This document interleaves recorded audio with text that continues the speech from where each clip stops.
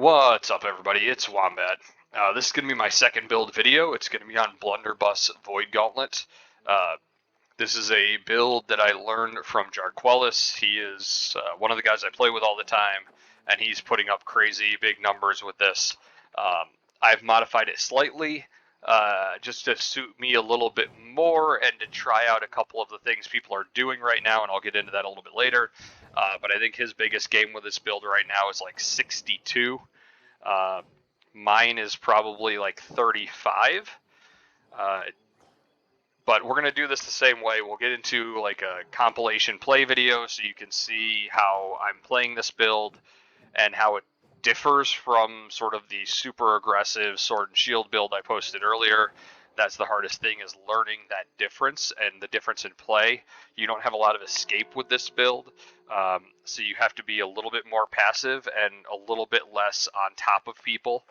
But it is a fun build. You really do a lot of damage, and it's not that hard to learn. So let's take a look at the video, and then we'll come back and we'll talk about the build a little bit and gear and all of that.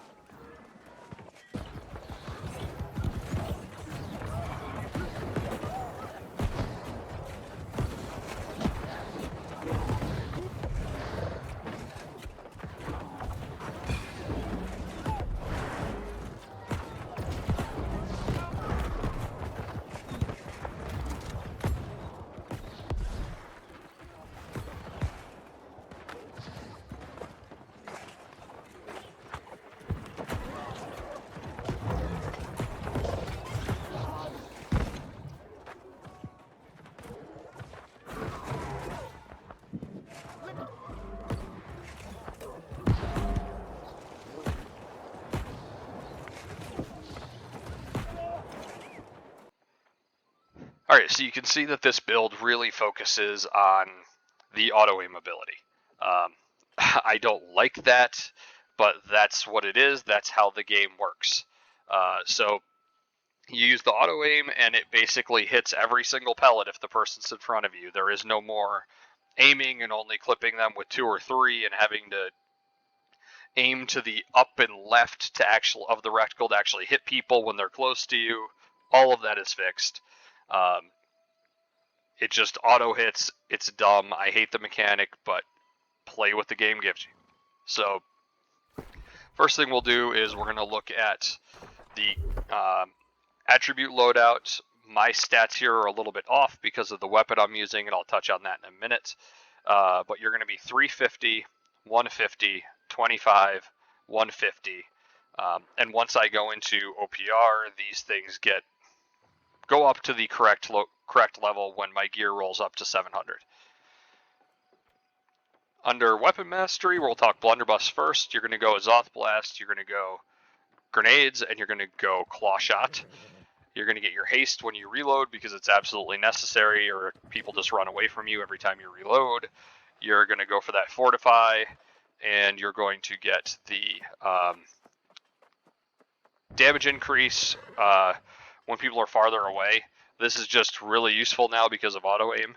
Headshots and other ability cooldowns. Those are just, abilities are the key for this weapon. And then on Void Gauntlet, we're going Scream, of course. It is one of the best abilities in the game. We're going to go with Tether for the slowing tether and weaken. And then we're going with Essence Rupture. And Essence Rupture, a lot of people think the heal only works on AI targets because of how it says hostile AI targets. But that is only the section there that you see in the commas. The additional 25% base damage to hostile AI targets. The Essence Rupture for 10 seconds heals anyone that hits the target, so that actually does apply. And if you look closely in my play video, you'll see when I am damaged and I hit somebody with Essence Rupture, I am healing myself for like 300 damage every shot. So super powerful. Definitely want that ability. The other ones, you can remove debuffs from yourself, reduce mana cost. This is just one you have to take. Healing from heavy ranged attacks, again, I don't actually use that. Dodging with full mana, that one I actually do use. Critical hits, heal for 50% damage done. Basically, you see it's just taking the basics here of keep yourself alive, keep yourself healed. I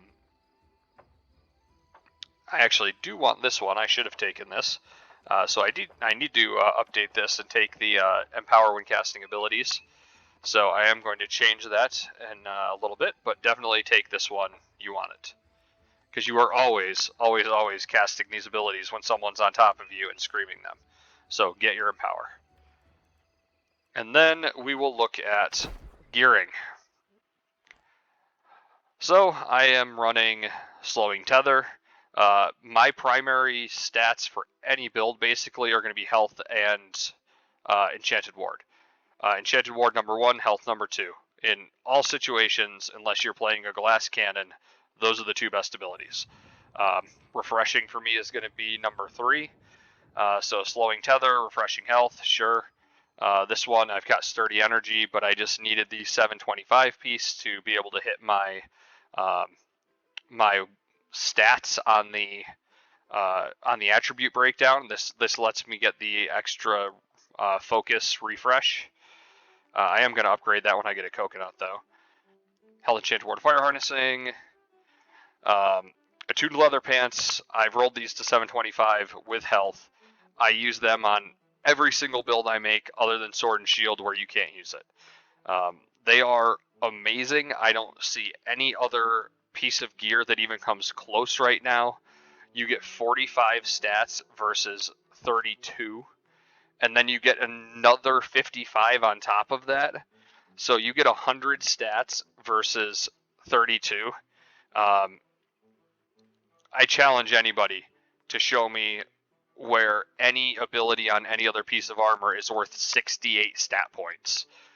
If you are playing a split damage build like Blunderbus, where you have your points going into strength and int, or strength and dex. If you're playing like a Fire Staff Ice Gauntlet and all you care about is int, then okay, the attuned leather pants probably are not going to be the best for you, because you're not going to be able to take advantage of all those plus 11s. You don't care, you're just going to max your 500 into int and put a little bit of con and you're good to go. But if you're playing a split build, 100% attuned leather pants. And then I've got health, plague, splitting grenades, and physical aversion. Again, I don't want the physical aversion. This is just kind of my worst. This is absolutely my worst gear set for any build. But I needed plague splitting grenades, and that was the piece I got. If you're not rolling these Night Veil pieces, they are a super easy way to get really good gear. The orange ones will give you health, enchanted ward, and a random perk. The purple ones, which is what this one was, gives you health off the bat, and then you can pick something. So I went health, plague, splitting grenades, and then just rolled and got a physical aversion. So really easy way to get gear. Earring right now, I'm using Healthy Toast, Refreshing Toast, Regenerating, Stam Recovery, Flame, Health. I mean, these aren't any shockers here. Stone Form. But let's touch on the weapon. So you can see I'm using a 625 Blunderbuss. The build that Jar runs uses this Blunderbuss, and it is Clawshot, Enchanted, Keenly Empowered. And the reason we're using Clawshot is because of that auto aim. Clawshot, if someone's running away from you or running at you, Clawshot with auto aim will hit them no matter what they do. Unless they're strafing, you can always use this to catch somebody. You let them get ahead of you a little bit to get that 10 meters out. You hit them with a claw shot, it pulls you in, you Azoth Blast them, and you get a 41% in power on that Azoth Blast, and you are going to melt someone. So this is just absolutely deadly. So he's using this. You can see I've got a fire gem in it. I run my fire damage hardy mortal empowerment ring with this, and I run endless thirst, which I've put regenerating on and have rolled to 725 as well because I use it in all my builds. But right now I wanted to focus on something that's broken, which is the Elemental Band. So right now with Elemental Band, it does not trigger on damage over time or attunements. Part of this is not working. So damage over time and attunements are proccing in power, which means that you get 4% in power for every single type of damage you can put on someone. And we'll talk about that with the Blunderbuss in a second. My other abilities on this are Hardy and Mortal Empowerment that I care about. I couldn't care less about Keen with this build, but Hardy and Mortal Empowerment are two abilities that you absolutely have to have on any PvP ring ever, in my opinion. I rolled this up to put Mortal Empowerment on it at level 700 rather than 725, because I think when they finally fix this, it's not going to get nerfed. They're actually going to fix it, because it's not working as intended right now. It will be a pretty worthless weapon or ring for most people, because you will only be able to get 2 types of damage on your magical, whatever it is, your fire staff splitting to arcane, whatever it is. You'll get 2 types of damage, but you won't be able to get any others. And at that point, if you're splitting your damage, you're losing all of your benefits from things like a fire damage ring that you could put in its place, which would already give you a 5% damage boost. So why are you even bothering? So I think this ring is going to go away when they fix it quite a bit. But for right now, crazy powerful. So let's talk Blunderbuss. My Blunderbuss is Clawshot, Attunement, Enchanted. Enchanted's a necessary perk on any Blunderbuss. You do 90% of your damage are light attacks, and it's just a straight buff to damage. Clawshot, again, is a necessary perk with this build on the weapon, not the gear. This Empower gets rolled up to 700, 41%. And then right now we've got the Attunement, and I've got Electrified, and I've got Arcane. So that's 3 damage types. And then on my Life Taker, that's a 4th damage type from the Disintegrate dot that it puts on. I also put Putrefying Scream on this because you're trolling if you don't. So when I shoot you, I get 4 damage types applied, which gives me a 16% empower at all times if I've shot you once. And then if I use an ability, I add fire, which is a 5th one, and that means I have a 20% empower for 6 seconds that never goes away because you just constantly shoot people, and as long as I hit a single pellet on you, all of these dots are going on you, and it's refreshing for me. So it's really broken. You see muskets doing this all the time. You can see this musket has Arboreal Attunement, Frozen, and Electrified.